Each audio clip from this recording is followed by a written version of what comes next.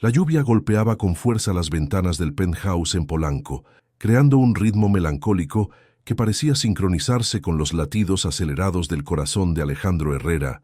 Sus manos, que una vez estuvieron curtidas por años de trabajo duro en la construcción, ahora lucían manicuradas y suaves. Sostenían un vaso de whisky añejo que apenas había tocado sus labios. El líquido ámbar reflejaba las luces de la ciudad que se extendía bajo sus pies, una metrópoli que él había ayudado a transformar con sus propias manos. A los 52 años, Alejandro había construido un imperio desde la absoluta nada. Su nombre estaba grabado en placas de bronce, en decenas de torres y complejos residenciales que habían cambiado para siempre el skyline de la Ciudad de México. Constructora Herrera era sinónimo de calidad, innovación y éxito en el competitivo mundo de los bienes raíces mexicanos. Pero esa noche tormentosa de mayo, mientras contemplaba su reino de concreto y acero, su mente no estaba en los planos arquitectónicos que cubrían su escritorio, ni en las próximas licitaciones millonarias que podían asegurar su futuro financiero. Sus pensamientos estaban completamente consumidos por la mujer que yacía en silencio en la recámara principal de su hogar. Mónica Herrera, su esposa de 23 años de matrimonio, descansaba en una cama médica especialmente instalada junto a la ventana que daba al jardín, que ella misma había diseñado cuando eran jóvenes y llenos de sueños. Su cuerpo, que una vez había sido vibrante y lleno de energía, ahora se veía frágil y diminuto bajo las sábanas de seda italiana. La esclerosis lateral amiotrófica, esa cruel enfermedad que los médicos habían diagnosticado hacía 2 años y medio, avanzaba sin piedad ni compasión, robándole poco a poco no solo la capacidad de caminar o hablar, sino también la esencia misma de la mujer extraordinaria que había conquistado su corazón cuando ambos no eran más que 2 jóvenes soñadores decididos a conquistar el mundo. Los recuerdos de aquellos primeros días golpearon a Alejandro como una avalancha emocional. Mónica había sido mucho más que su esposa, había sido su compañera, su confidente, su inspiración y su ancla en los momentos más difíciles. Cuando se conocieron, él era apenas un albañil ambicioso de 26 años que trabajaba para una pequeña empresa constructora en el Estado de México, levantando casas de interés social bajo el sol implacable. Mónica, por su parte, era una maestra de primaria de 24 años que trabajaba en una escuela pública, situada cerca de una de las obras que él supervisaba. El primer encuentro había sido, irónicamente, una confrontación.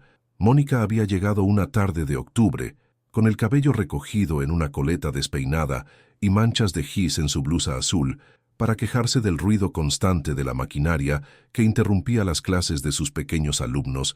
Alejandro recordaba vívidamente cómo había aparecido en la entrada de la obra, con las manos en las caderas y una expresión de determinación que lo había desarmado por completo. «Disculpe, ¿quién está a cargo aquí?», había preguntado con una voz firme que no admitía evasivas. Alejandro, cubierto de polvo y sudor después de una jornada de 12 horas, había levantado la vista de los planos que estaba revisando y se había encontrado con los ojos más hermosos que había visto en su vida. Eran de color café claro, casi miel, y brillaban con una intensidad que hablaba de pasión, inteligencia y una fuerza interior que lo había fascinado instantáneamente. «Soy yo, señorita, Alejandro Herrera», había respondido quitándose el casco de seguridad y pasándose una mano por el cabello húmedo de sudor. «Bueno, señor Herrera, necesito que haga algo con respecto al ruido. Mis alumnos no pueden concentrarse con esa maquinaria funcionando todo el día». Lo que había comenzado como una queja se había transformado en una conversación de 3 horas.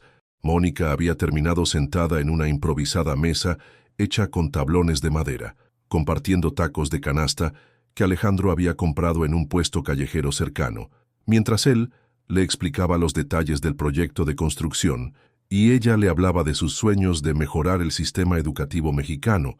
Esa misma noche, Alejandro había reorganizado todo el cronograma de trabajo para que las actividades más ruidosas se realizaran durante el recreo y después del horario escolar, no porque fuera obligatorio, sino porque no podía soportar la idea de decepcionar a esa mujer extraordinaria que había irrumpido en su vida como un huracán de principios y determinación. Su noviazgo había sido un romance de película mexicana de los años 80. Alejandro trabajaba de lunes a sábado en las obras, pero todos los domingos, sin excepción, aparecía en la puerta de la modesta casa donde Mónica vivía con sus padres en la colonia Narvarte, vestido con su mejor camisa y con un ramo de flores compradas en el mercado de Jamaica. Iban al cine a las funciones más baratas, caminaban por el Zócalo comiendo elotes con chile y limón, o simplemente se sentaban en una banca del Parque México a planear su futuro juntos. Mónica había sido la primera en creer en sus sueños grandiosos. Cuando Alejandro le confesó que quería tener su propia empresa constructora, que soñaba con levantar edificios que cambiaran el rostro de la ciudad, ella no se había reído ni le había dicho que fuera más realista. En cambio, había sacado un cuaderno escolar y había comenzado a hacer cálculos sobre cuánto dinero necesitarían ahorrar, qué permisos tendrían que tramitar y cómo podrían hacer realidad ese sueño aparentemente imposible. Se habían casado en 2001, en una ceremonia sencilla pero emotiva en la parroquia de San José en Coyoacán. Mónica había lucido un vestido blanco comprado en el tianguis de los sábados, que ella misma había modificado y bordado durante las noches. Trabajando a la luz de una lámpara de mesa en el pequeño departamento de un solo cuarto que habían rentado en la colonia Doctores, Alejandro había usado el único traje que poseía, heredado de su padre fallecido, al que le había mandado hacer los ajustes necesarios con el sastre del barrio. La recepción había sido en el patio de la casa de los padres de Mónica, con tamales hechos por las tías, cerveza en tinas con hielo y música de mariachi que un primo de Alejandro había conseguido a precio de amigo. No había lujos ni ostentación, pero había amor verdadero, sueños compartidos y la certeza absoluta de que juntos podrían conquistar cualquier obstáculo que la vida les pusiera en el camino. Los primeros años de matrimonio habían sido una montaña rusa emocional de lucha, sacrificio y crecimiento conjunto. Habían fundado Constructora Herrera literalmente desde la mesa del comedor de su diminuto departamento. Mónica manejaba toda la contabilidad después de regresar de sus clases en la escuela, mientras Alejandro se ensuciaba las manos dirigiendo cuadrillas de albañiles en obras cada vez más grandes y complejas. Trabajaban 18 horas al día, 7 días a la semana. Su rutina consistía en despertarse antes del amanecer, compartir un café rápido mientras revisaban las cuentas y los pendientes del día, y después cada uno se dirigía a su respectivo trabajo. Mónica enseñaba matemáticas y español a niños de primaria, mientras que Alejandro supervisaba obras de construcción desde las 6 de la mañana hasta que el sol se ocultaba. Las noches las pasaban en la mesa del comedor convertida en oficina. Rodeados de facturas, contratos, planos y calculadoras, Mónica había aprendido por necesidad todos los aspectos legales y financieros del negocio de la construcción. Podía leer planos arquitectónicos, calcular presupuestos de materiales y negociar con proveedores con la misma habilidad que enseñaba las tablas de multiplicar a sus alumnos. Su cena típica eran tacos de canasta comprados en la esquina o quesadillas preparadas rápidamente en la pequeña estufa de gas, porque el tiempo y el dinero eran recursos demasiado valiosos para desperdiciarlos en lujos innecesarios. Pero aún en medio de esa rutina agotadora, siempre encontraban momentos para reírse juntos, para planear el futuro, para recordarse mutuamente por qué estaban luchando tan duro. Durante esos años de construcción del imperio, nunca tuvieron hijos.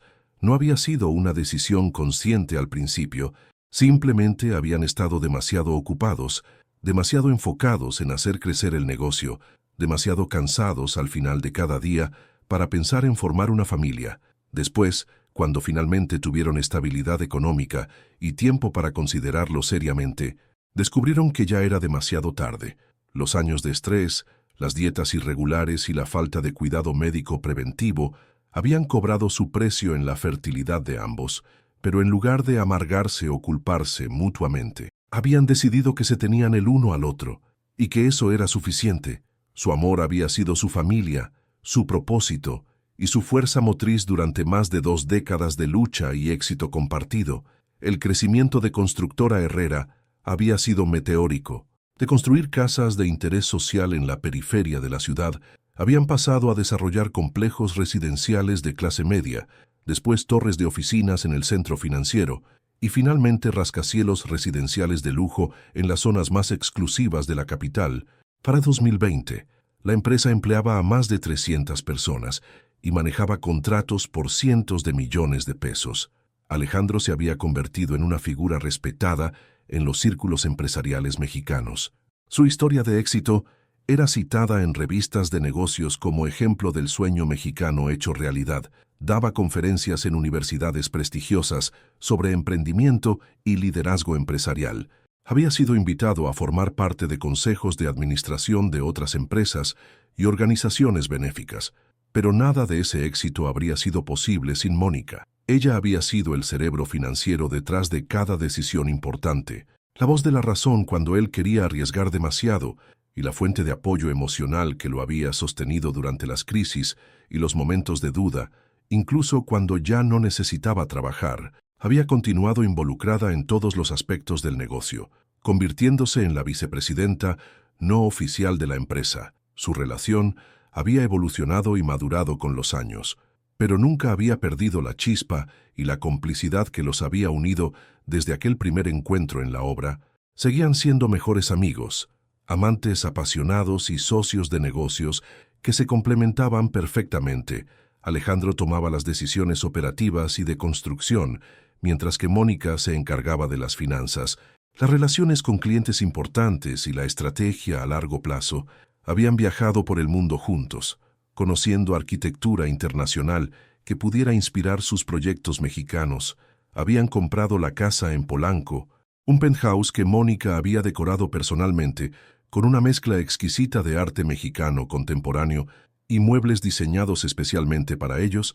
Habían establecido una fundación para construir escuelas en comunidades marginadas, combinando la pasión de Mónica por la educación con los recursos que el éxito de Alejandro había generado. Pero entonces llegó el diagnóstico que cambió todo para siempre. Había comenzado con síntomas aparentemente menores.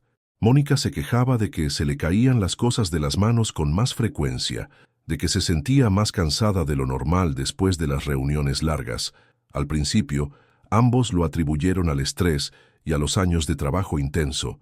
Mónica tenía 46 años, una edad en la que era normal comenzar a sentir los efectos del desgaste físico, pero los síntomas empeoraron gradualmente.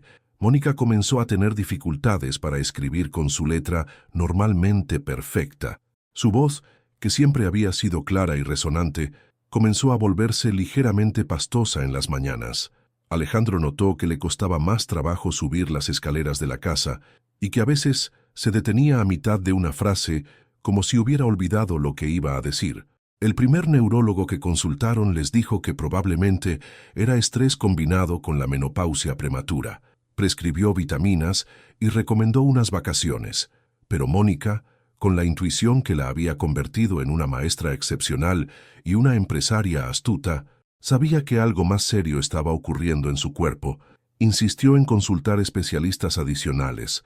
Durante 6 meses angustiosos, sometió su cuerpo a una batería interminable de estudios médicos, resonancias magnéticas, electromiogramas, biopsias musculares, análisis de sangre que buscaban marcadores genéticos de docenas de enfermedades diferentes.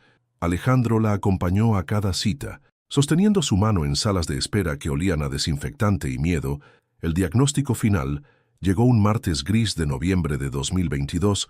El doctor Fernando Martínez, un neurólogo reconocido internacionalmente especializado en enfermedades degenerativas, les citó en su consulta privada para darles los resultados de todos los estudios. Señora Herrera, lamento informarles que los estudios confirman que usted padece esclerosis lateral amiotrófica. Había dicho con la voz profesionalmente compasiva que desarrollan los médicos, que tienen que dar malas noticias con frecuencia. Alejandro había sentido como si el suelo se abriera bajo sus pies. Había escuchado hablar de la ELA. Sabía que era una enfermedad degenerativa progresiva, pero no había comprendido realmente la magnitud de lo que ese diagnóstico significaba hasta que el doctor comenzó a explicar los detalles con brutal honestidad clínica. La ELA afecta las neuronas motoras, las células nerviosas que controlan el movimiento muscular voluntario, había explicado el doctor, mientras mostraba imágenes de los estudios en una pantalla. Con el tiempo, estas neuronas mueren, lo que resulta en debilidad muscular progresiva, dificultad para hablar, tragar y eventualmente para respirar. Mónica había escuchado todo con una calma sobrehumana, haciendo preguntas técnicas sobre progresión, tratamientos disponibles y pronóstico. Alejandro, por el contrario, se había quedado paralizado, incapaz de procesar completamente lo que estaba escuchando. ¿Cuánto tiempo?, había preguntado finalmente Mónica, con una voz que apenas temblaba. Es variable en cada paciente, había respondido el doctor. Algunos pacientes viven con la enfermedad durante 10 años o más, especialmente si se detecta temprano. Otros tienen una progresión más rápida. En su caso, basándome en los síntomas actuales y los resultados de los estudios, estimaría entre 3 y 5 años. Esa noche, Alejandro y Mónica se habían sentado en su terraza, mirando las luces de la ciudad que habían conquistado juntos, y habían llorado hasta quedarse sin lágrimas, no por la injusticia del destino, no por autocompasión, sino por todo lo que no iban a poder vivir juntos, por los planes que tendrían que cancelar, por el futuro que de repente se había vuelto incierto y limitado. Pero después de esa noche de dolor, Mónica había mostrado una fortaleza que había humillado y inspirado a Alejandro a partes iguales. Se había levantado a la mañana siguiente, había revisado toda la información médica disponible sobre la ELA, había contactado especialistas en Estados Unidos y Europa y había comenzado a planificar cómo iban a enfrentar juntos esta nueva realidad. No vamos a desperdiciar el tiempo que tenemos sintiéndonos víctimas, le había dicho a Alejandro mientras desayunaban en la terraza. Vamos a vivir cada día como si fuera importante, porque ahora sabemos que lo es. Los primeros meses después del diagnóstico habían sido, paradójicamente, algunos de los más intensos y hermosos de su matrimonio. Habían viajado a lugares que siempre habían querido conocer, pero para los que nunca habían tenido tiempo. Habían pasado semanas en Toscana, explorando pueblos medievales y degustando vinos que Mónica describía meticulosamente en un diario que había comenzado a escribir. Habían recorrido Japón durante la temporada de los cerezos en flor, tomando miles de fotografías que Mónica organizaba cuidadosamente en álbumes acompañados de historias y reflexiones. Habían renovado completamente su relación sexual, explorando aspectos de intimidad que habían dado por sentados durante años. Mónica había insistido en que quería experimentar todo lo que su cuerpo aún le permitía, sin inhibiciones ni falsas modestias. Esas noches de pasión renovada habían sido un regalo inesperado en medio de la tragedia. También habían comenzado a grabar videos juntos, documentando su historia de amor para preservar los recuerdos cuando Mónica ya no pudiera hablar. Horas y horas de conversaciones donde recordaban anécdotas de su juventud, chistes privados que solo ellos entendían y declaraciones de amor que Alejandro guardaba en su teléfono como tesoros que escuchaba en secreto durante las noches difíciles. Pero la enfermedad no esperó a que terminaran de documentar su historia. La progresión había sido más rápida de lo que los médicos habían predicho inicialmente. Para el verano de 2023, Mónica ya necesitaba bastón para caminar distancias cortas. Para el otoño, había comenzado a usar una silla de ruedas de forma intermitente. Su voz, que una vez había llenado auditorios durante sus conferencias sobre educación, se había vuelto más débil y difícil de entender. Alejandro había convertido la empresa en una máquina que funcionara sin su supervisión constante, delegando responsabilidades operativas a su equipo de confianza para poder pasar más tiempo cuidando a Mónica. Había contratado a las mejores enfermeras privadas, había instalado equipos médicos de última generación en la casa, había modificado completamente la arquitectura del penthouse para hacerlo accesible y cómodo para una persona con movilidad limitada. Pero por más que tratara de mantener la normalidad, Alejandro comenzó a sentir el peso emocional de ser cuidador de tiempo completo. Las noches se volvieron más largas y más solitarias, especialmente cuando Mónica tenía dificultades para dormir debido a los calambres musculares o problemas respiratorios. Los días se llenaron de rutinas médicas, administrar medicamentos, ayudar con la fisioterapia, coordinar citas con especialistas. Alejandro amaba a Mónica con la misma intensidad que el primer día, pero no podía negar que extrañaba terriblemente la vida que habían tenido antes. Extrañaba poder hacer planes espontáneos, extrañaba las conversaciones largas e intrincadas sobre el negocio y el futuro, extrañaba la intimidad física que la enfermedad había hecho cada vez más complicada. Fue en este contexto de agotamiento emocional y aislamiento que Valeria Sánchez había llegado a su vida como una aparente bendición. La joven de 28 años había aparecido en Constructora Herrera en enero de 2024, con una sonrisa radiante que iluminaba cualquier habitación y una eficiencia profesional que había impresionado inmediatamente a todo el equipo administrativo. Su currículum era absolutamente impecable. Licenciada en Administración de Empresas por el prestigioso Tecnológico de Monterrey, maestría en Finanzas Corporativas por el ITAM, experiencia laboral en empresas multinacionales como Cemex y Grupo Carso. Pero más allá de sus credenciales académicas y profesionales, Valeria tenía una presencia que era imposible de ignorar. Era hermosa, sin duda, con cabello castaño largo que siempre llevaba peinado de manera impecable, ojos verdes expresivos y una figura que atraía miradas admirativas sin ser vulgar u ostentosa. Pero había algo más profundo en su atractivo, una combinación de inteligencia, sofisticación y una feminidad natural que despertaba instintos protectores y deseos que algunos hombres habían olvidado que poseían. Valeria tenía una forma particular de moverse, de hablar, de hacer que cualquier hombre con el que interactuaba se sintiera especial, importante, valorado. Era un talento que parecía completamente natural, sin artificios ni estrategias obvias. Simplemente tenía la capacidad de hacer que la gente se sintiera mejor consigo misma. Después de una conversación con ella, Alejandro, a pesar de estar completamente comprometido con el cuidado de Mónica y de mantener siempre una actitud profesional en el trabajo, no fue inmune a la presencia magnética de Valeria. Al principio, había logrado mantener la distancia apropiada que su matrimonio, su posición como CEO de la empresa y su integridad personal demandaban. Valeria había comenzado trabajando como asistente administrativa en el departamento de contabilidad, pero desde los primeros días había demostrado una capacidad extraordinaria para entender aspectos complejos del negocio que normalmente tomaban meses o años para que los empleados nuevos dominaran. Podía revisar contratos de construcción de cientos de páginas y detectar cláusulas problemáticas que abogados con años de experiencia habían pasado por alto. Analizaba presupuestos de proyectos multimillonarios y proponía optimizaciones que ahorraban dinero sin comprometer la calidad. En apenas 3 meses, Alejandro la había promovido a coordinadora de proyectos especiales. 3 meses después, se había convertido en asistente ejecutiva del Departamento de Desarrollo. Para septiembre de 2024, había sido nombrada asistente personal de Alejandro, con una oficina contigua a la suya y acceso a información confidencial sobre todos los aspectos del negocio. Fue en esta nueva posición que las líneas entre lo profesional y lo personal comenzaron a difuminarse de manera casi imperceptible. Las reuniones de trabajo que antes duraban 1 hora se extendían a 2 o 3 horas, no porque hubiera más trabajo que discutir, sino porque Alejandro descubría que disfrutaba genuinamente de las conversaciones con Valeria.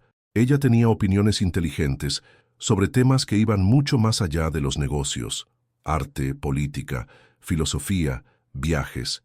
Era una mujer culta que había leído extensamente, que había viajado por Europa durante sus vacaciones universitarias, que podía discutir tanto sobre la arquitectura de Gaudí como sobre las implicaciones económicas de los tratados de libre comercio. Las llamadas de trabajo comenzaron a incluir comentarios personales. Valeria preguntaba por la salud de Mónica con una sinceridad que parecía genuina, y ofrecía apoyo emocional que Alejandro encontraba reconfortante en momentos particularmente difíciles. «Debe ser increíblemente difícil para usted», le había dicho una tarde mientras organizaban los expedientes de un proyecto en Santa Fe, ver a la persona que más ama en el mundo sufrir de esa manera, sin poder hacer nada realmente efectivo para ayudarla. No puedo imaginar la fortaleza que debe requerir enfrentar eso todos los días. Alejandro se había detenido en sus tareas y la había mirado directamente. En los ojos de Valeria había encontrado algo que había comenzado a perderse en su vida personal: compasión sin lástima, comprensión sin juicio y una admiración genuina por su fortaleza en circunstancias tan difíciles. «Es complicado», había respondido, sorprendido por su propia disposición a abrirse emocionalmente con una empleada. «Imagino que debe sentirse muy solo a veces», había continuado Valeria con una voz suave. Cuidar a alguien que está muriendo es un trabajo de tiempo completo que nadie puede realmente compartir con usted, y supongo que ya no puede hablar con Mónica sobre sus propios miedos y frustraciones, porque no quiere añadir esa carga a lo que ella ya está enfrentando. La observación había sido tan precisa, tan dolorosamente exacta, que Alejandro había sentido como si Valeria pudiera leer directamente en su alma. Durante meses, había estado cargando solo con el peso emocional de ser esposo, cuidador y doliente anticipado, sin nadie con quien pudiera compartir honestamente sus propios momentos de debilidad y desesperación. ¿Cómo es que entiende todo esto tan bien?, le había preguntado. Mi abuela murió de cáncer cuando yo tenía 20 años, había explicado Valeria. Viví con ella durante los últimos 6 meses de su vida y vi lo que la experiencia le hizo a mi abuelo. Él la amaba profundamente, pero el proceso de perderla gradualmente casi lo destruye. Aprendí que cuidar a alguien que está muriendo requiere un tipo de valentía que la mayoría de las personas nunca tendrán que desarrollar. A partir de esa conversación, algo fundamental había cambiado en la relación entre Alejandro y Valeria. Ella se había convertido en su confidente emocional, la única persona en su vida con quien podía ser completamente honesto sobre sus miedos, sus momentos de debilidad y su agotamiento físico y emocional. Valeria nunca lo presionaba para que hablara más de lo que quería, nunca ofrecía consejos no solicitados, nunca lo hacía sentir culpable por tener sentimientos complicados sobre su situación. Simplemente escuchaba, entendía y le daba el espacio emocional que necesitaba para procesar una experiencia que estaba más allá de lo que cualquier persona debería tener que enfrentar. Las conversaciones personales comenzaron a incluir otros aspectos de la vida de Alejandro. Valeria quería saber sobre su infancia en el Estado de México, sobre los primeros años de lucha con Mónica, sobre sus sueños y ambiciones más allá del mundo de la construcción. En reciprocidad, ella compartía historias sobre su propia vida, una infancia de clase media en Guadalajara, padres divorciados que la habían enviado a estudiar a Monterrey, relaciones románticas pasadas que habían terminado mal porque los hombres se intimidaban por su inteligencia y ambición. Alejandro comenzó a encontrarse pensando en Valeria durante las noches largas y silenciosas, cuando Mónica dormía con la ayuda de sedantes. Pensaba en sus conversaciones, en su risa, en la forma en que su presencia lo hacía sentir como la versión de sí mismo que había sido antes de que la enfermedad de Mónica se convirtiera en el centro de su existencia. No era que hubiera dejado de amar a Mónica. Su amor por ella seguía siendo profundo y genuino, pero era un amor cada vez más teñido de dolor, responsabilidad y anticipación del duelo. Con Valeria, Alejandro podía recordar lo que se sentía ser un hombre exitoso, inteligente, atractivo, con un futuro lleno de posibilidades. Mónica, por su parte, había comenzado a notar los cambios sutiles en el comportamiento de su esposo. Alejandro llegaba más tarde a casa, alegando reuniones de trabajo que se habían extendido más de lo planeado. Cuando estaba en casa, parecía distraído, como si su mente estuviera en otro lugar. Sus conversaciones se habían reducido gradualmente a reportes médicos, logística de tratamientos y coordinación de citas con especialistas. Una noche de octubre, cuando Alejandro llegó pasadas las 10 de la noche, después de lo que supuestamente había sido una cena de negocios con inversionistas potenciales, Mónica había logrado reunir suficiente fuerza para articular la pregunta que había estado carcomiéndola durante semanas. «¿Ya no me amas?», había susurrado con una voz que la Ela había reducido a un sonido apenas audible. La pregunta había golpeado a Alejandro como un martillo directo al corazón. Se había sentado inmediatamente en la cama junto a ella, tomando su mano que ahora parecía tan frágil que podría romperse con el contacto más ligero. «Por supuesto que te amo», había respondido automáticamente, pero aún mientras pronunciaba las palabras, ambos sabían que sonaban huecas, ensayadas, desprovistas de la convicción que una vez habían tenido. «Entonces quédate conmigo», había susurrado Mónica, luchando contra la dificultad respiratoria que hacía que cada palabra fuera un esfuerzo monumental. «No me dejes morir sola, eso es lo único que te pido». Alejandro había querido responder, había querido asegurarle que nunca la abandonaría, que estaría con ella hasta el final, pero las palabras se habían atascado en su garganta, porque en el fondo de su corazón Sabía que ya había comenzado a alejarse emocionalmente, que ya había comenzado a construir una vida alternativa en su mente, donde Valeria ocupaba el lugar central. Se había levantado de la cama, había murmurado algo sobre revisar unos documentos importantes y se había refugiado en su estudio privado. Esa misma noche, como si el universo estuviera conspirando contra su fidelidad matrimonial, había recibido un mensaje de texto de Valeria. Espero que esté bien. Sé que las noches son las más difíciles. Si necesita hablar con alguien, no importa la hora. Estoy aquí para escucharlo. El mensaje había sido la gota que derramó el vaso de su resistencia emocional. Los siguientes meses habían sido un descenso gradual pero inexorable hacia la infidelidad emocional y eventualmente física. Alejandro y Valeria habían comenzado a verse fuera de la oficina, inicialmente para discutir proyectos complejos en restaurantes elegantes, donde el ambiente era más relajado que en una sala de juntas. Esas cenas de negocios se habían transformado en conversaciones íntimas sobre sus vidas, sus sueños, sus frustraciones y sus miedos más profundos. Después habían llegado las escapadas de fin de semana que justificaban como viajes de negocios para evaluar proyectos de construcción en otras ciudades, Guadalajara para revisar un desarrollo turístico, Monterrey para reuniones con proveedores de materiales, Cancún para inspeccionar un resort en construcción. En realidad, eran escapadas románticas donde Alejandro podía pretender, aunque fuera temporalmente, que era soltero y libre para enamorarse de nuevo. Valeria era todo lo que Mónica ya no podía ser debido a la crueldad de su enfermedad. Era vital, enérgica, apasionada. Podía caminar, correr, bailar. Podía reír sin dificultad respiratoria. Podía hablar durante horas sin fatiga. Podía hacer el amor con una intensidad y una libertad que Alejandro había creído perdidas para siempre en su vida. Pero más allá de las capacidades físicas que la enfermedad le había robado a Mónica, Valeria ofrecía algo que Alejandro había olvidado que necesitaba: la posibilidad de un futuro con Mónica. Cada día era una cuenta regresiva hacia una pérdida inevitable. Con Valeria, cada día podía ser el comienzo de algo nuevo, emocionante, lleno de posibilidades infinitas. Valeria nunca presionaba a Alejandro para que tomara decisiones drásticas sobre su matrimonio. Nunca le hacía demandas emocionales o ultimátums románticos. Era perfecta en su paciencia, en su comprensión de la complejidad de su situación, en la forma en que lo hacía sentir, como si estuviera salvándolo de una vida de resignación y dolor anticipado. «No quiero complicar tu vida más de lo que ya está», le había dicho durante uno de sus fines de semana en Guadalajara, mientras paseaban por el centro histórico tomados de la mano, como una pareja normal. «Entiendo perfectamente que Mónica necesita tu cuidado y tu presencia. Lo que tenemos nosotros puede ser lo que tú necesites que sea, sin presiones ni expectativas irreales». Era exactamente lo que Alejandro necesitaba escuchar.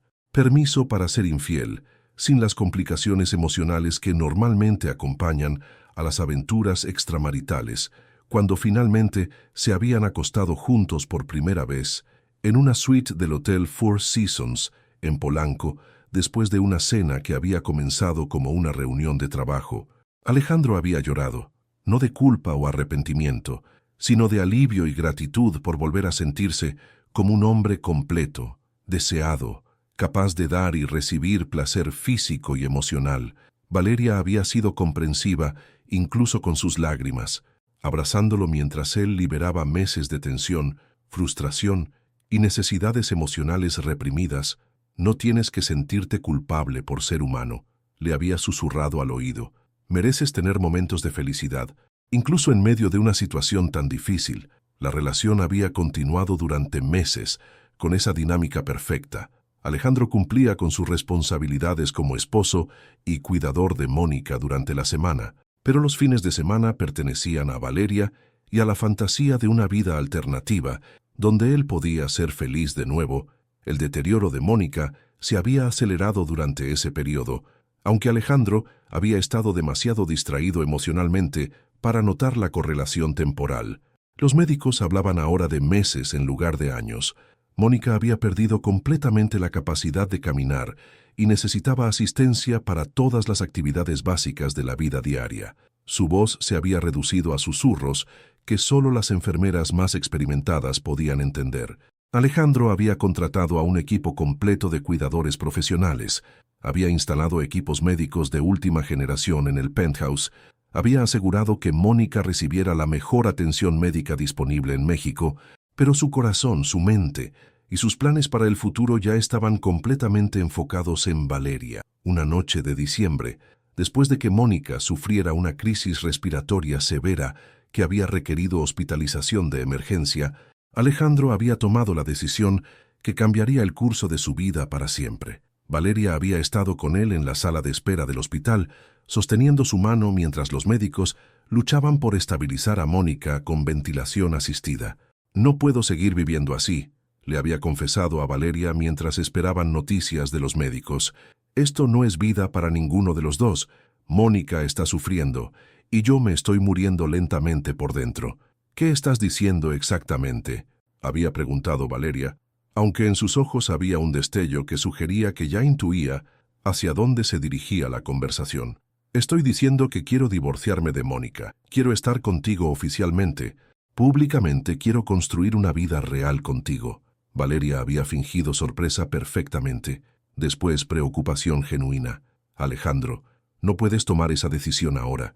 Estás bajo un estrés emocional tremendo. Mónica está luchando por su vida en este momento». «No», la había interrumpido Alejandro con una firmeza que lo había sorprendido a él mismo.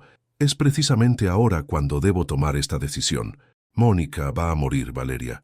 Los médicos han sido muy claros sobre eso, y yo tengo derecho a vivir el tiempo que me queda en este mundo. Tengo derecho a ser feliz antes de que sea demasiado tarde para mí también». Las palabras habían salido de su boca con una frialdad que había revelado hasta qué punto había logrado racionalizar y justificar su decisión. Valeria lo había abrazado con lágrimas en los ojos que habían parecido completamente genuinas. «Si eso es realmente lo que quieres, te apoyaré», había susurrado, «pero prométeme que estás absolutamente seguro, porque una vez que tomemos este paso, no habrá vuelta atrás». Los trámites de divorcio habían comenzado inmediatamente después de que Mónica hubiera sido dada de alta del hospital. Alejandro había contratado al mejor abogado matrimonialista de la Ciudad de México, un especialista en casos complejos, donde había patrimonios considerables y circunstancias emocionales difíciles. El abogado había sido brutalmente honesto sobre las implicaciones legales y sociales de divorciarse de una esposa terminal. «Señor Herrera, tengo que advertirle que esto va a ser un escándalo público», había explicado durante su primera consulta.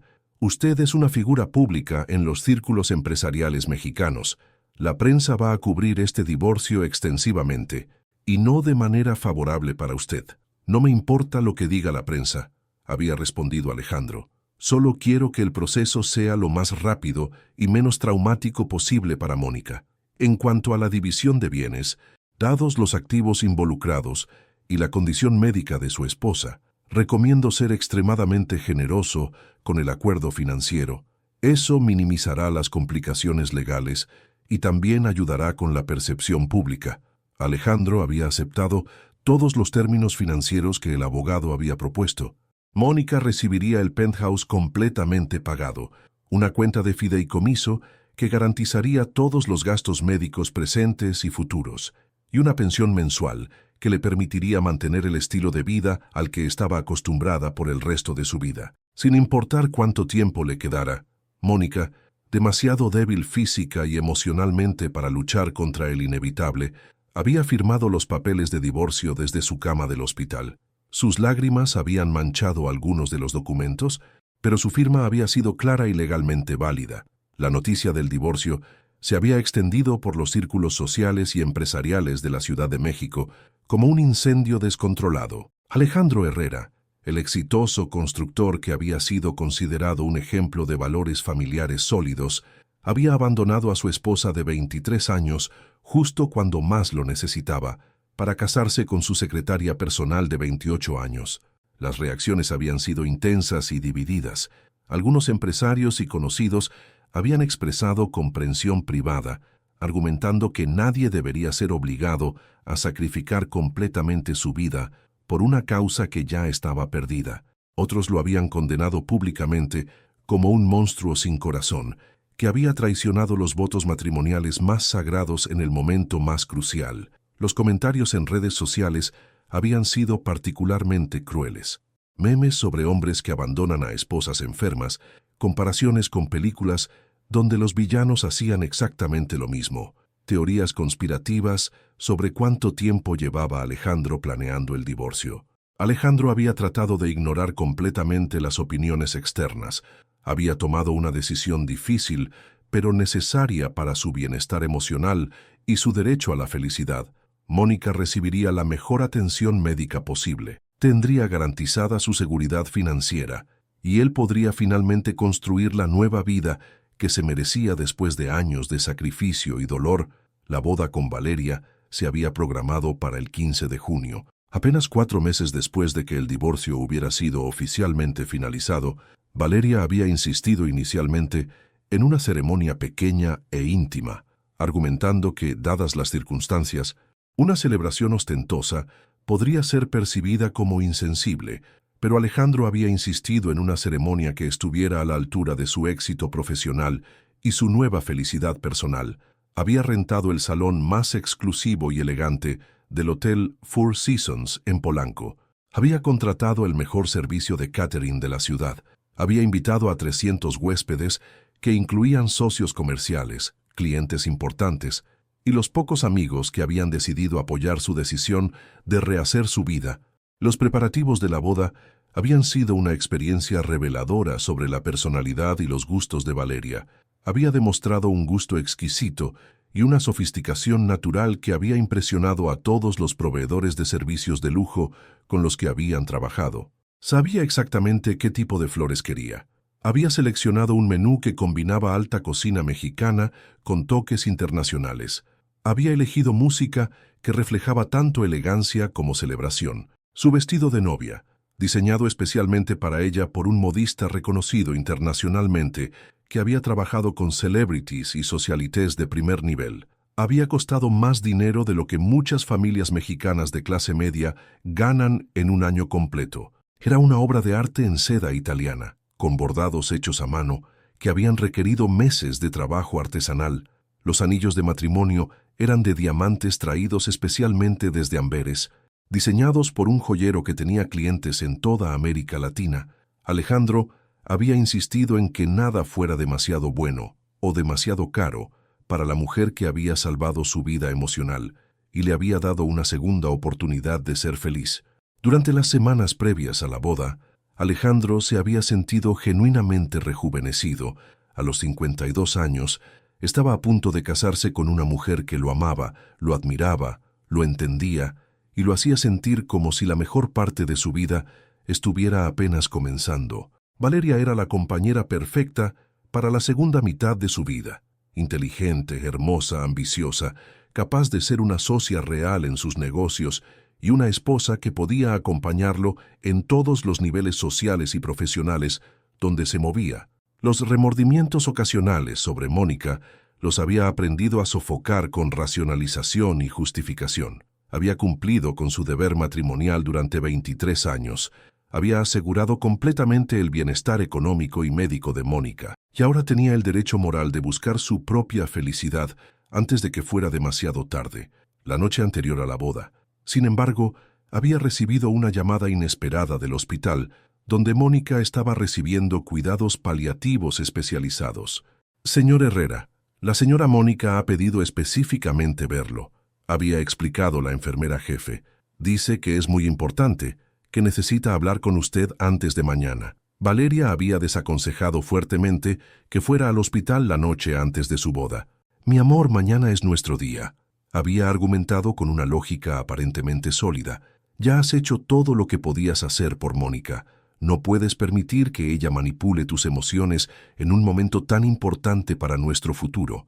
Pero algo en el tono de la enfermera había sugerido que era genuinamente importante. Y Alejandro había decidido hacer una última visita.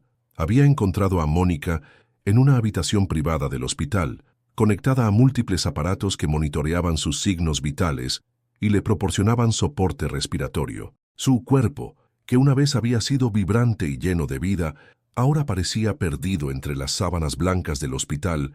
Había perdido tanto peso que su rostro parecía demacrado, pero sus ojos seguían siendo intensos, lúcidos y dolorosamente conscientes de todo lo que estaba sucediendo a su alrededor.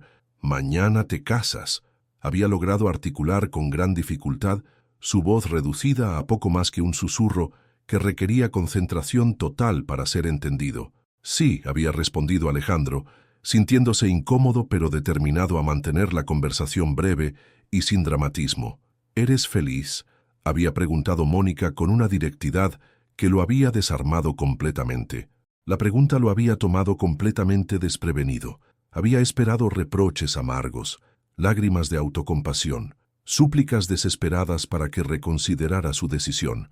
No había anticipado esta serenidad casi espiritual que lo había desarbolado emocionalmente. «Estoy tratando de serlo», había respondido con una honestidad que lo había sorprendido a él mismo. Mónica había sonrido entonces, una sonrisa triste, pero genuinamente afectuosa, que había contenido más amor y perdón de lo que Alejandro se había atrevido a esperar. «Eso es lo único que realmente quiero para ti», había susurrado. «Que seas feliz, que tengas una vida plena después de que yo ya no esté aquí». Alejandro había sentido un nudo gigantesco en la garganta que había amenazado con convertirse en llanto incontrolable. «Mónica, yo quiero que sepas que... y no digas nada», lo había interrumpido ella con el poco aliento que le quedaba. «Solo ten mucho cuidado, por favor. Hay cosas sobre las personas que no sabemos hasta que es demasiado tarde para protegernos». «¿A qué te refieres exactamente?», había preguntado Alejandro con una inquietud repentina, pero Mónica había cerrado los ojos, completamente agotada por el esfuerzo monumental que había requerido esa conversación. Alejandro se había quedado sentado junto a su cama durante media hora más, observando el subir y bajar laborioso de su pecho con cada respiración asistida, y después se había ido, llevándose consigo una sensación extraña e indefinible de que algo importante había quedado sin decir. El día de su segunda boda había amanecido absolutamente perfecto. El cielo sobre la Ciudad de México estaba completamente despejado. La temperatura era ideal para una celebración al aire libre, y todo parecía conspirar cósmicamente para que fuera un día memorable por todas las razones correctas. Alejandro se había despertado temprano en una suite del Four Seasons, donde había pasado la noche según la tradición de no ver a la novia antes de la ceremonia. Se había vestido cuidadosamente con un smoking hecho a la medida por el mejor sastre de la ciudad. Se había arreglado el cabello que había comenzado a encanecer distinguidamente en las sienes y se había observado en el espejo de cuerpo completo de la suite. Lo que había visto reflejado era un hombre exitoso, atractivo, en la cima de sus capacidades profesionales, a punto de comenzar el capítulo más emocionante de su vida personal. Los nervios que había estado sintiendo durante toda la mañana los había atribuido completamente a la emoción natural de cualquier novio en el día más importante de su nueva vida. La ceremonia estaba programada para las 5 de la tarde, en el jardín del hotel que había sido transformado en un escenario digno de una revista de bodas de lujo. A las 4 de la tarde, Alejandro ya estaba en el lugar, revisando obsesivamente cada detalle, para asegurarse de que todo estuviera absolutamente perfecto. Las flores, importadas especialmente desde Colombia y Ecuador, llenaban todo el espacio con una fragancia embriagadora que mezclaba rosas, orquídeas y gardenias. Las mesas estaban decoradas con manteles de lino italiano y centros de mesa que habían sido diseñados por el florista más prestigioso de la capital. Una orquesta de cámara afinaba sus instrumentos en una plataforma especialmente construida para la ocasión. Los invitados habían comenzado a llegar puntualmente, vestidos con sus mejores galas de gala, algunos con expresiones de curiosidad genuina y otros con miradas que contenían juicios morales apenas disimulados. Alejandro había saludado a cada invitado con la sonrisa perfecta de un anfitrión que está viviendo el día más feliz de su vida, pero por dentro había estado contando obsesivamente los minutos para que toda esta etapa de incertidumbre terminara de una vez por todas y su nueva vida comenzara oficialmente. A las 4:30, faltando exactamente 30 minutos para que comenzara la ceremonia, que cambiaría su vida para siempre. Uno de los organizadores del evento se había acercado a Alejandro con una expresión de preocupación evidente. «Señor Herrera, tenemos un pequeño problema con la música», había explicado con nerviosismo profesional. El pianista principal dice que alguien dejó un sobre dirigido a usted con partituras musicales especiales que supuestamente la novia quería que se tocaran durante la ceremonia. Pero él no conoce las piezas y dice que son demasiado complicadas para improvisar. Alejandro había fruncido el ceño con confusión. Durante todos los meses de preparativos, Valeria no le había mencionado absolutamente nada sobre música especial o partituras personalizadas. ¿Dónde está ese sobre?, había preguntado. El organizador le había entregado un sobre de papel blanco, elegante, sin nombre del remitente ni ninguna identificación externa. Alejandro lo había abierto esperando encontrar partituras musicales, pero en su lugar había descubierto una fotografía y una carta que cambiarían todo para siempre. La fotografía lo había golpeado con la fuerza de un puñetazo directo al estómago. Era una imagen de Valeria, pero no la Valeria que él conocía y de la que se había enamorado.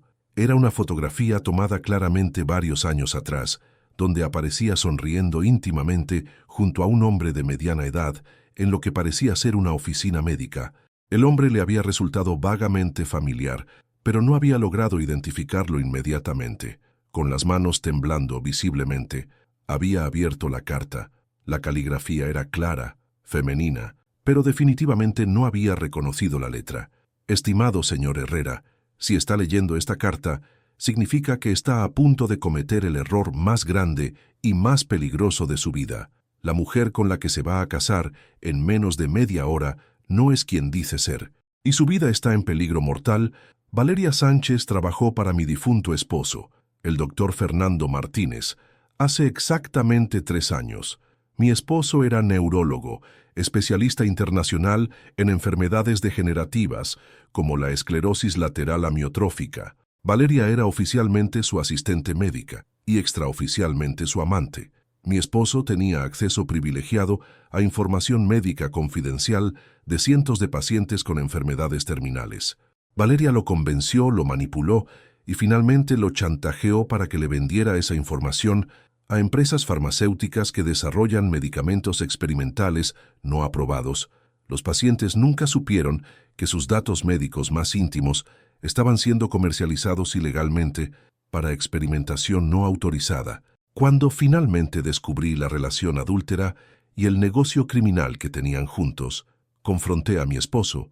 Él quiso terminar inmediatamente todo: la relación con Valeria, el tráfico de información médica y todos los experimentos ilegales, pero Valeria no se lo permitió.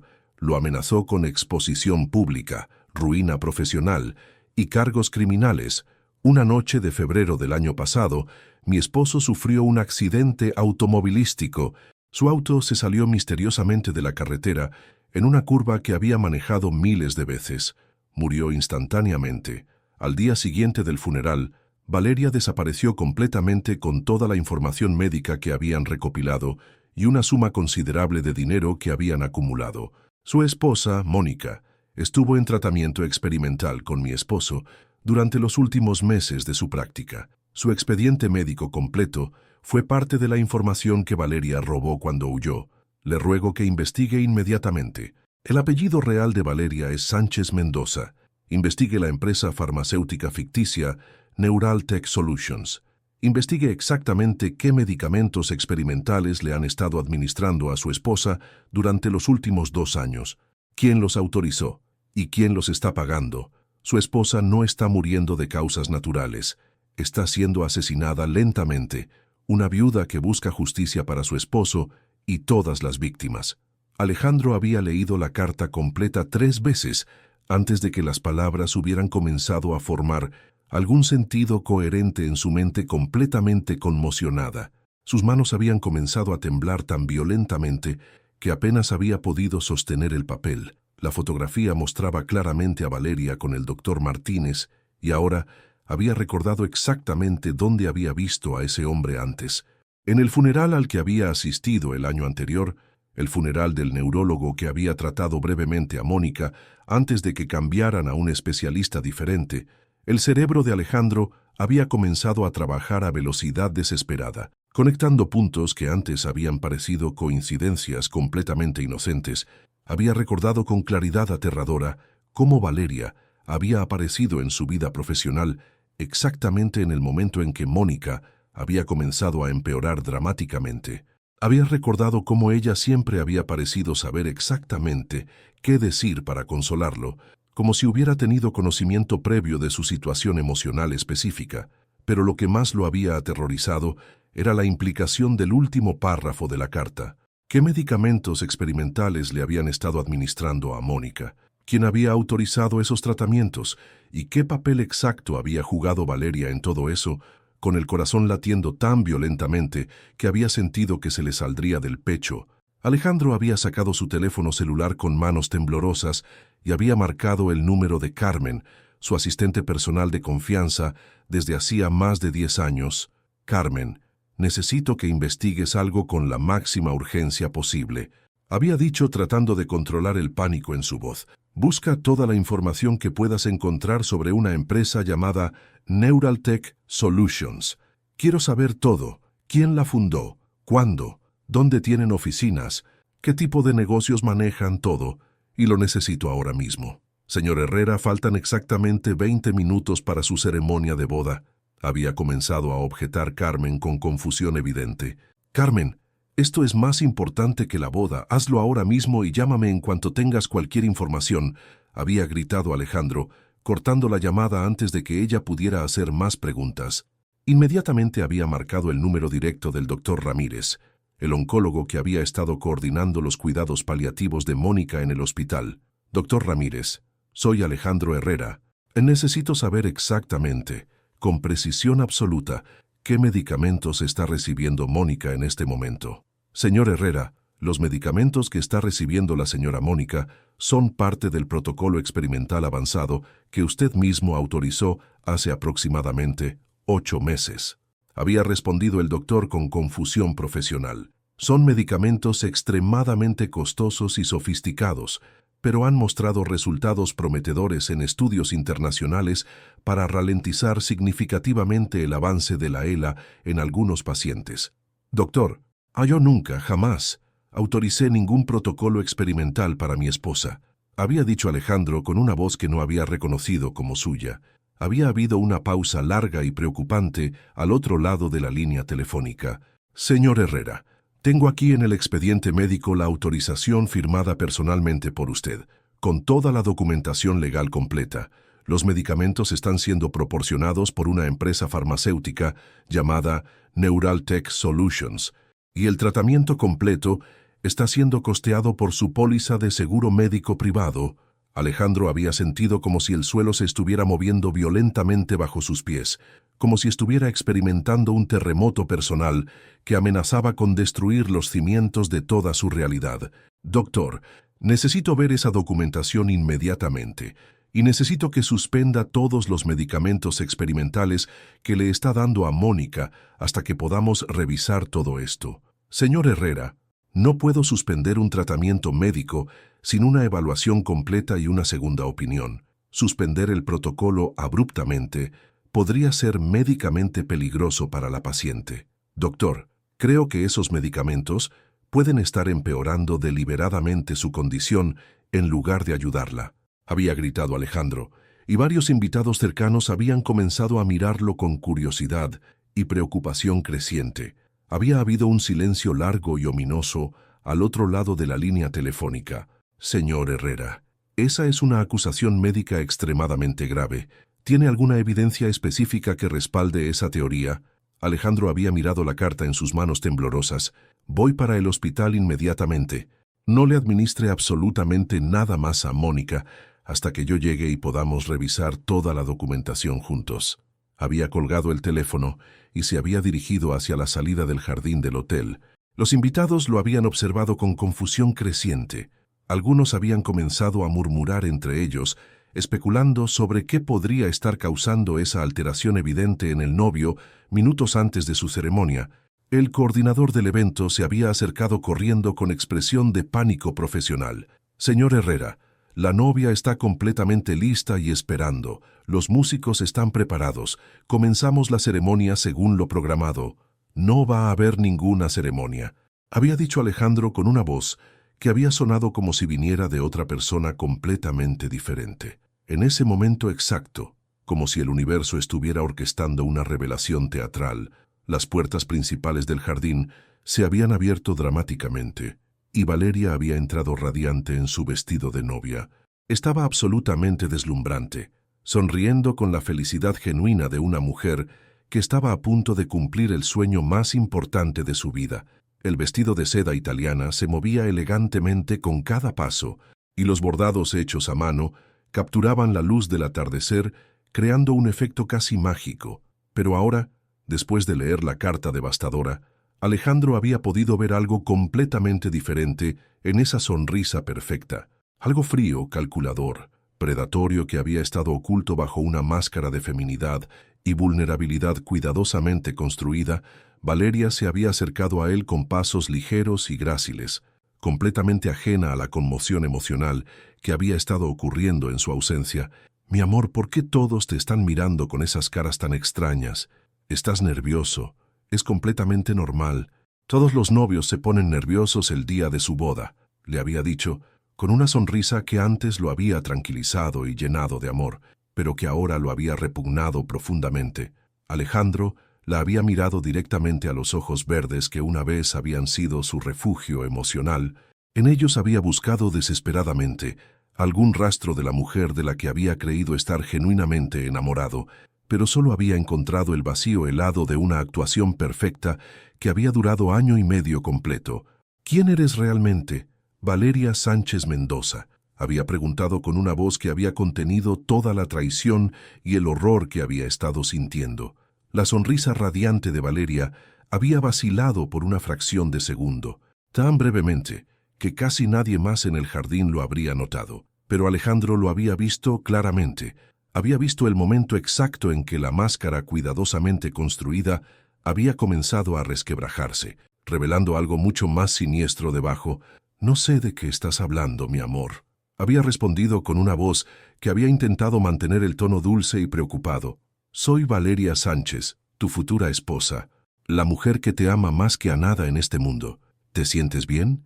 Tal vez deberíamos posponer esto si estás enfermo». Alejandro le había mostrado la fotografía con el doctor Martínez. «¿Este hombre te resulta familiar?» Valeria había mirado la imagen y su rostro se había puesto visiblemente pálido bajo el maquillaje profesional. Por un momento, había parecido que iba a intentar negar conocer al hombre en la fotografía, pero algo en la expresión de determinación absoluta en el rostro de Alejandro le había comunicado que ya era demasiado tarde para continuar con las mentiras. «Alejandro, puedo explicarte todo esto perfectamente», había comenzado con una voz que había empezado a mostrar grietas de desesperación. «Explícame entonces cómo es posible que una empresa farmacéutica registrada a tu nombre esté facturando medicamentos experimentales para mi ex esposa», había demandado Alejandro con una voz que había subido de volumen. «Explícame cómo es que mi firma apareció en documentos de autorización médica que jamás en mi vida firmé. Explícame qué le hiciste exactamente al doctor Fernando Martínez». Los invitados más cercanos habían comenzado a acercarse gradualmente. Intrigados por la tensión dramática que se había generado entre los novios, el murmullo de conversaciones se había detenido completamente y todos los presentes habían comenzado a enfocarse en la confrontación que se estaba desarrollando. Valeria había mirado nerviosamente alrededor del jardín, completamente consciente de que tenía una audiencia de 300 personas observando cada palabra y cada gesto. Había tratado desesperadamente de mantener algún vestigio de compostura. «Alejandro, creo que alguien te está haciendo una broma muy pesada y muy cruel», había dicho tratando de sonar razonable. «El día de nuestra boda definitivamente no es el momento apropiado para este tipo de malentendidos. Dime la verdad ahora mismo», había gritado Alejandro con una furia que había hecho que todo el jardín se quedara en silencio absoluto. Valeria lo había mirado durante un momento que había parecido eterno. Luego, muy lentamente, la expresión de vulnerabilidad y confusión había desaparecido completamente de su rostro, siendo reemplazada por algo totalmente diferente. Sus ojos se habían endurecido hasta volverse fríos como el hielo.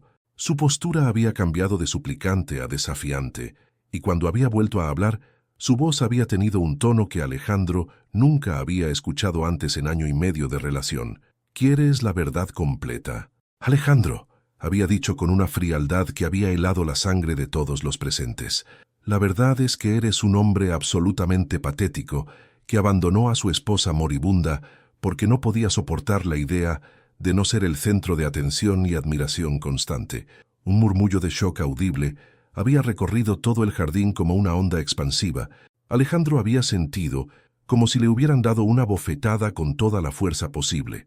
La verdad es que eres tan predecible, tan egoísta, tan emocionalmente débil, que fue ridículamente fácil manipularte como a un adolescente inseguro. Había continuado Valeria con una sonrisa que no había contenido ni una pizca de calidez o afecto. La verdad es que Mónica iba a morir de todas formas debido a su enfermedad.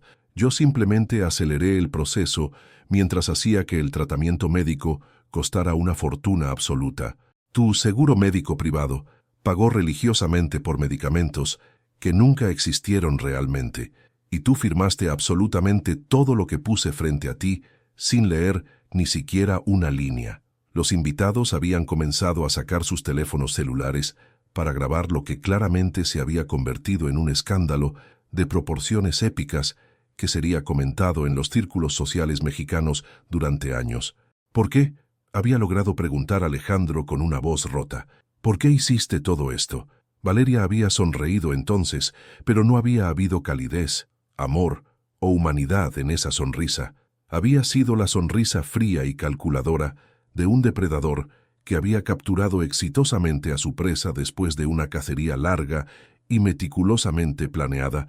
Porque pude hacerlo, Alejandro, porque hombres como tú son tan increíblemente fáciles de leer y manipular, había respondido con desprecio evidente. Necesitan sentirse poderosos, necesitan sentirse deseados por mujeres jóvenes, necesitan creer que merecen más de lo que ya tienen. Solo tuve que darte exactamente lo que tu ego desesperado quería escuchar. La sala había estado en completo silencio mortal. Algunos invitados habían comenzado a dirigirse discretamente hacia las salidas. Otros habían permanecido completamente fascinados por la destrucción total de un hombre que estaban presenciando en tiempo real. El doctor Martínez no murió en un accidente automovilístico. Había continuado Valeria con la misma frialdad profesional, pero tampoco lo maté directamente. Se suicidó cuando finalmente descubrió la magnitud completa de lo que habíamos estado haciendo con sus pacientes y no pudo vivir con esa culpa devastadora. Yo simplemente tomé todo lo que él ya no iba a necesitar. Alejandro se había tambaleado físicamente, como si hubiera recibido un golpe. ¿Y Mónica? ¿Qué exactamente le hiciste a Mónica? Mónica recibió exactamente los medicamentos que necesitaba para mantenerse viva, el tiempo suficiente para que este plan funcionara perfectamente. Había explicado Valeria como si estuviera discutiendo una estrategia de negocios. Si hubiera muerto demasiado pronto, tú no habrías tenido el tiempo emocional necesario para enamorarte perdidamente de mí, a divorciarte y llegar hasta el altar conmigo. Necesitaba que vivieras con la culpa y la manipulación emocional lo suficiente para que firmaras todos los documentos que yo necesitaba. Estás completamente loca, había susurrado Alejandro. Estoy siendo completamente práctica y eficiente, había replicado Valeria sin el menor rastro de remordimiento. En exactamente 2 horas habríamos estado legalmente casados. En 6 meses más, habrías tenido un accidente muy conveniente e imposible de rastrear, y yo habría heredado automáticamente todo tu imperio constructor valuado en cientos de millones de pesos. Mónica habría muerto tranquilamente en el hospital, sin saber nunca que sus últimos 2 años de agonía habían financiado completamente mi nueva empresa y mi nueva vida. Alejandro había sentido que las piernas le fallaban completamente. Se había apoyado pesadamente en una silla decorativa, mientras su mente había tratado de procesar la magnitud absoluta de lo que acababa de escuchar.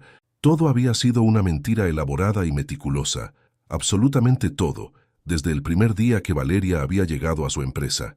¿Cómo planificaste todo esto con tanto detalle?, había logrado preguntar. Valeria se había encogido de hombros con una elegancia casual, como si estuviera discutiendo el pronóstico del clima. Investigación meticulosa y paciencia profesional, había respondido. Los expedientes médicos robados del doctor Martínez me dieron acceso detallado a docenas de pacientes terminales, cuyos esposos eran millonarios vulnerables emocionalmente. Tú no fuiste el primero en mi lista, Alejandro. Solo fuiste el más exitoso económicamente hasta este momento. La confesión había caído sobre el jardín del hotel como una bomba nuclear emocional. Algunos invitados habían corrido literalmente hacia las salidas. Otros habían permanecido paralizados por la fascinación mórbida de presenciar la destrucción completa de un hombre en tiempo real. Alejandro había pensado dolorosamente en Mónica, en sus últimas palabras de advertencia. Ten cuidado, hay cosas que no sabemos de las personas hasta que es demasiado tarde. Ella había sabido algo, de alguna manera, con la intuición que había desarrollado durante años de enfermedad. Ella había percibido que algo fundamental no estaba bien con Valeria. Tengo que ir al hospital inmediatamente, había murmurado Alejandro, empezando a caminar hacia la salida. Puedes ir sin ningún problema, había dicho Valeria con indiferencia absoluta, pero ya es demasiado tarde para cualquier cosa que puedas hacer. Mónica murió hace exactamente 1 hora y 15 minutos. Las palabras habían golpeado a Alejandro como un mazo de construcción directo a la cabeza. Se había quedado completamente paralizado, mirando a Valeria sin poder procesar inicialmente lo que acababa de escuchar. «¡Estás mintiendo!», había logrado articular con una voz que había sonado como si viniera de muy lejos.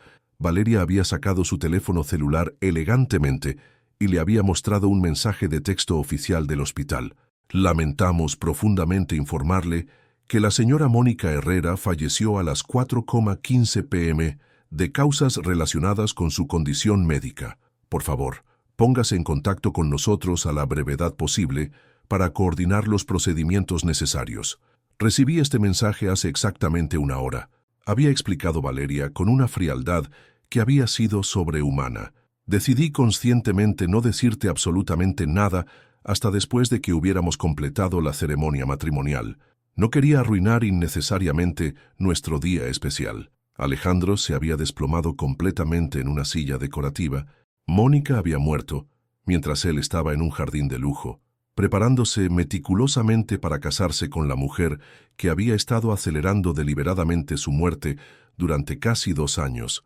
Había muerto sola, sin él, después de haber tratado desesperadamente de advertirle la noche anterior sobre peligros que él había sido demasiado ciego y egoísta para reconocer. «¿Por qué me lo dices ahora?», había preguntado con una voz completamente rota.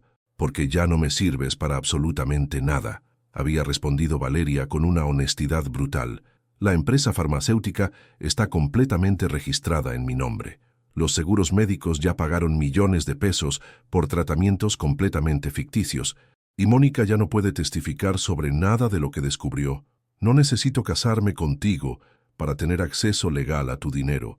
Puedo simplemente demandarte por acoso sexual sistemático y quedarme con una parte considerable de tu fortuna en el acuerdo extrajudicial que estarás desesperado por firmar». Valeria había comenzado a quitarse el vestido de novia ahí mismo, enfrente de todos los invitados atónitos. Debajo había llevado un elegante traje de pantalón negro que había parecido más apropiado para una reunión de negocios que para una boda. «Fue genuinamente divertido mientras duró, Alejandro», había dicho mientras se dirigía hacia la salida del jardín con la misma elegancia con la que había entrado. «Pero absolutamente todo tiene un final inevitable». Había dejado el vestido de novia tirado en el suelo como una promesa rota, como los restos de sueños que nunca habían sido reales. Alejandro se había quedado sentado en medio del caos emocional, rodeado de 300 invitados que murmuraban, especulaban y grababan videos sobre lo que acababan de presenciar. Su imperio constructor, su reputación profesional, su futuro personal, su integridad moral, todo se había desmoronado a su alrededor como un edificio mal cimentado colapsando en cámara lenta. Pero lo que más le había dolido, lo que había sido más devastador que la pérdida financiera o la humillación pública, había sido saber que Mónica había muerto creyendo que él la había abandonado por amor genuino, cuando en realidad ambos habían sido víctimas de la manipulación más cruel y elaborada que pudiera imaginar en sus peores pesadillas.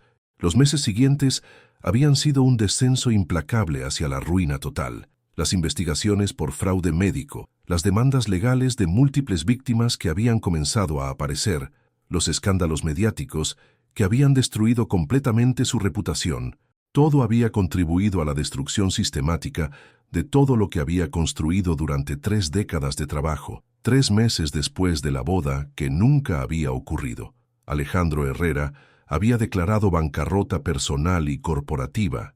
Constructora Herrera había sido liquidada, sus activos vendidos para pagar deudas legales y compensaciones a víctimas.